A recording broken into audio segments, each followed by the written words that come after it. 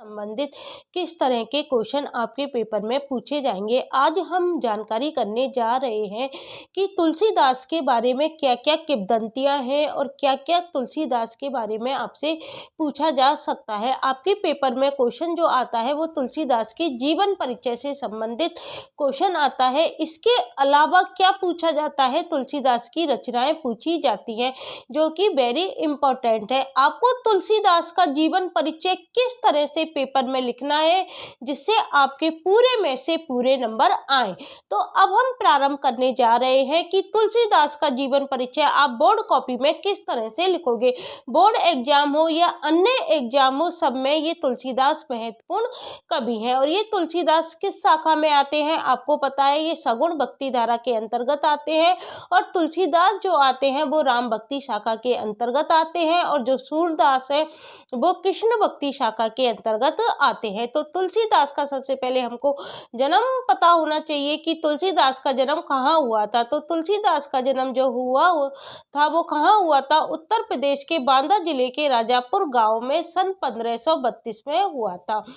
तुलसीदास का जन्म कहाँ हुआ था, उत्तर प्रदेश के बांदा जिले के राजापुर गांव में सन 1532 में हुआ था। ये तीनों की पॉइंट आपको याद रखने हैं। जन्म उत्तर प्रदेश, कहाँ पर हुआ था तुलसीदास का जन्म, तुलसीदास का जन्म हुआ था उत्तर प्रदेश, और कौन सा जिला है, बांदा जिला है, और कौन सा गांव है, राजापुर गांव है, और कौन से सन में हुआ था, 1532 में हुआ था। तो ये सारी जानकारी आपको पता होनी चाहिए कि तुलसीदास का जो जन्म है वो कहाँ माना जाता है, उत्तर प्रदेश के बांदा जिले के राजापुर गांव में सन 1532 में माना जाता है। कुछ विद्वान उनका जन्म स्थान कहाँ मानते हैं, सौरा जिला एटा में भी मानते हैं। कहाँ मानते हैं, सौरा जिला एटा में भी मानते हैं। तुलसीदास का जो बचपन था वो क्या था, बहुत संघर्षपूर्ण था।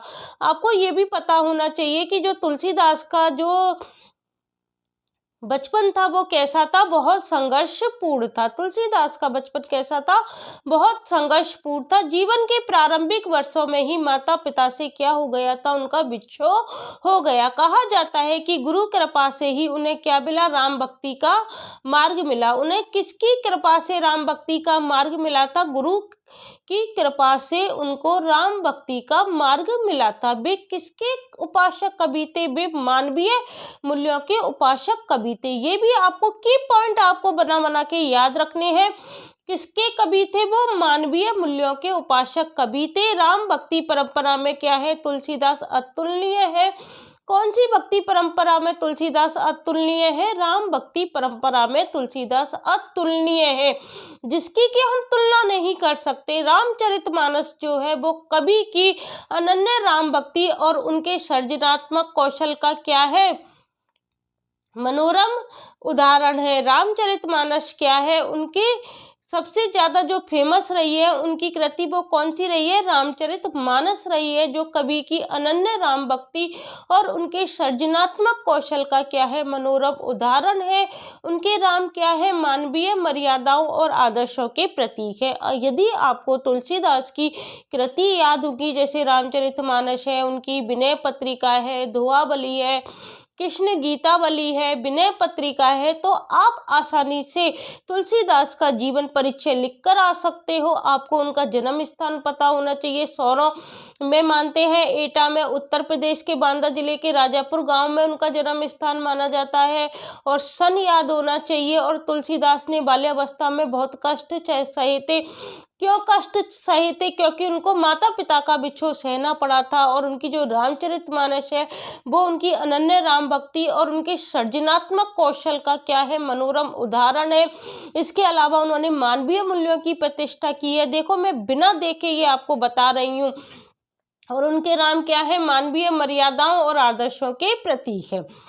हमको रटना नहीं है, हमको हर कंसेप्ट क्लियर होना चाहिए। जब हमारे कंसेप्ट क्लियर होते हैं तो हम आसानी से किसी भी क्वेश्चन का आंसर देखकर आ सकते हैं। इसलिए आप हमेशा किसी भी फैक्ट को रटने की कोशिश मत करना, हमेशा समझने की कोशिश करना। और तुलसी में हमको देखो क्या मिलते हैं, जिनके माध्यम से तुलसी नीति, स्नेह, शील, विनय, त्याग जैसे आदर्श को क्या मानते हैं, जैसे आदर्श को क्या किया, उन्होंने प्रतिष्ठित किया। तुलसी ने किस किस को प्रतिष्ठित किया?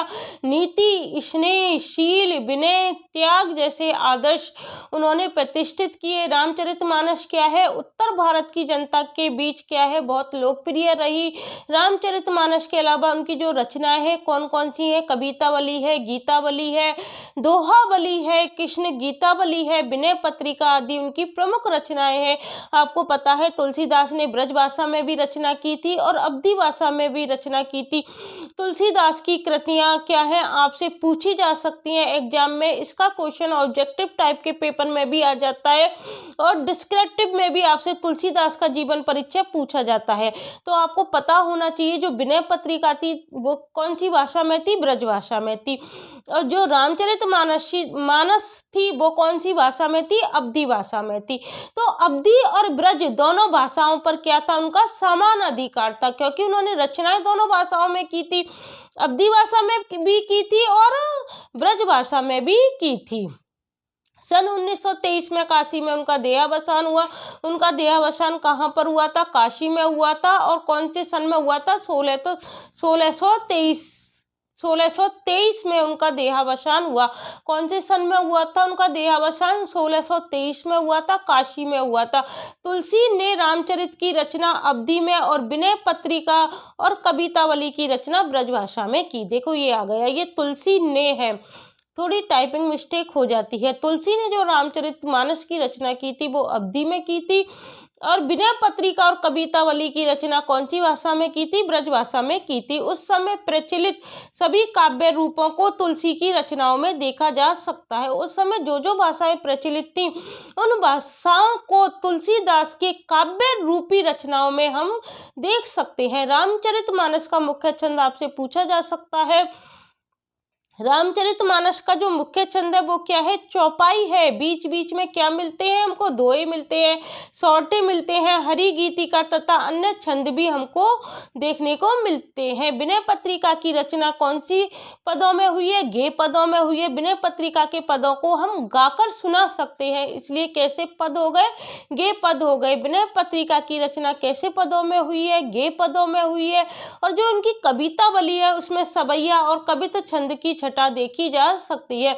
जो मतलब कवितावली है तुलसीदास की, उसके अंतर्गत हम क्या देख सकते हैं? सवैया और कवित छंद की छटा देखी जा सकती है। और जो उनकी रचनाएं हैं वो कैसी हैं? प्रबंध और मुक्तक दोनों प्रकार के काव्य का क्या है? उत्कृष्ट रूप है उनकी रचनाओं में। तो मैं आपको एक बार और सरसरी निगाह से तुलसीदास के बारे में पूरा बता देती हूँ जल्दी जल्दी। आपको क्या क्या की पॉइंट रटने हैं? सबसे पहले तो उनका जन्म स्थान आपको याद होना है। आपको पहला पॉइंट क्या बनाना है? केवल शॉर्ट नोट्स बनाने हैं और शॉर्ट नोट्स के द्वारा आप आसानी से इसका उत्तर लिखोगे। और किस तरह से उत्तर लिखोगे वो मैं आज आपको बता रही हूँ, आप उसी तरह से याद करना। देखो, तुलसीदास का जन्म याद करना। पहले कहाँ हुआ था? उत्तर प्रदेश के बांदा जिले के एटा जिले में।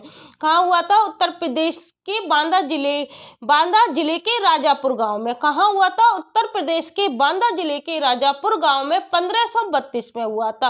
और कुछ अन्य विद्वान उनका जन्म कहाँ मानते हैं? सौरव जिला एटा मानते हैं। तो इस तरह से 2 पॉइंट आप याद कर लेना।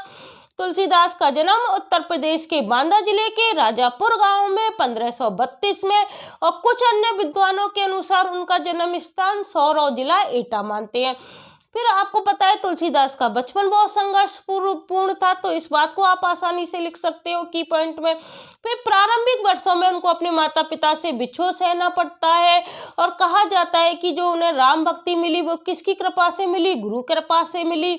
ये आप आसानी से लिख सकते हो। और वे किसके उपासक कवि थे? मानव मूल्यों के थे। और राम भक्ति परंपरा में तुलसीदास क्या है? अतुलनीय है, जिसकी तुलना नहीं कर सकते। और आपको पता है तुलसीदास की रामचरितमानस क्या है? अनन्य राम भक्ति और उनके सृजनात्मक कौशल का क्या है? मनोरम उदाहरण है। उनके जो राम है वो मानवीय मर्यादाओं और आदर्शों के प्रतीक है। देखो, तुलसीदास की जो कृति है रामचरितमानस, उससे हमने 3-4 पॉइंट बना लिए हैं। उनके राम कैसे हैं? मानवीय मर्यादाओं और आदर्शों के प्रतीक है, जिनके माध्यम से तुलसीदास ने क्या किया है? नीति, स्नेह, शील, विनय, त्याग जैसे उदात्त गुणों का सर्जन किया है। रामचरितमानस है वो उत्तर भारत की जनता के बीच क्या हो गई? बहुत लोकप्रिय है। मानस के अलावा उनकी रचनाएं कौन कौन सी हैं। कवितावली है, गीतावली है, दोहावली है, कृष्ण गीतावली है। और फिर हम लिख सकते हैं तुलसीदास के बारे में, उसकी अवधि और ब्रज दोनों भाषाओं पर समान अधिकार था। 1623 में काशी में उनका देहावसान हो गया। सन याद करना है देहावसान का। उनकी माता का नाम हुलसी था, ये भी याद कर लेना। तुलसी ने रामचरितमानस की रचना किस भाषा में की थी? अवधी में की थी। और विनय पत्रिका और कवितावली की रचना किस भाषा में की? ब्रज भाषा में की। उस समय प्रचलित सभी काव्य रूपों को तुलसी के किसमें देख सकते हैं? हम रचनाओं में देख सकते हैं। और रामचरितमानस का आपको मुख्य छंद याद रखना है, चौपाई है और बीच बीच में दोहे, सोटे आदि का भी प्रयोग उन्होंने किया है। विनय पत्रिका की रचना कैसे पदों में हुई है? गे पदों में हुई है। कवितावली में कैसा छंद है? सवैया और कवित्व छंद की छटा क्या मिलती है? देखी जा सकती है। और जो उनकी रचनाएं हैं उसमें हमको क्या मिलता है? प्रबंध और मुक्तक दोनों काव्य रूपों का उत्कृष्ट रूप मिलता है। आज मैंने आपको तुलसीदास के बारे में बता दिया। तुलसीदास के बारे में आपको ये की पॉइंट याद करने, आसानी से आप इसका उत्तर लिख आओगे। और कल की वीडियो में मैं और अन्य कवि के बारे में बता दूंगी। इस क्वेश्चन में क्या आ गया? तुलसीदास का जीवन परिचय आ गया, तुलसीदास की रचनाएं आ गई। और रचनाएं किस किस रूप में है? प्रबंध रूप में है और मुक्तक रूप में। यदि आपको मेरा द्वारा पढ़ा हुआ अच्छा लगता है तो प्लीज इस वीडियो को अन्य छात्रों के लिए शेयर करना मत भूलना। थे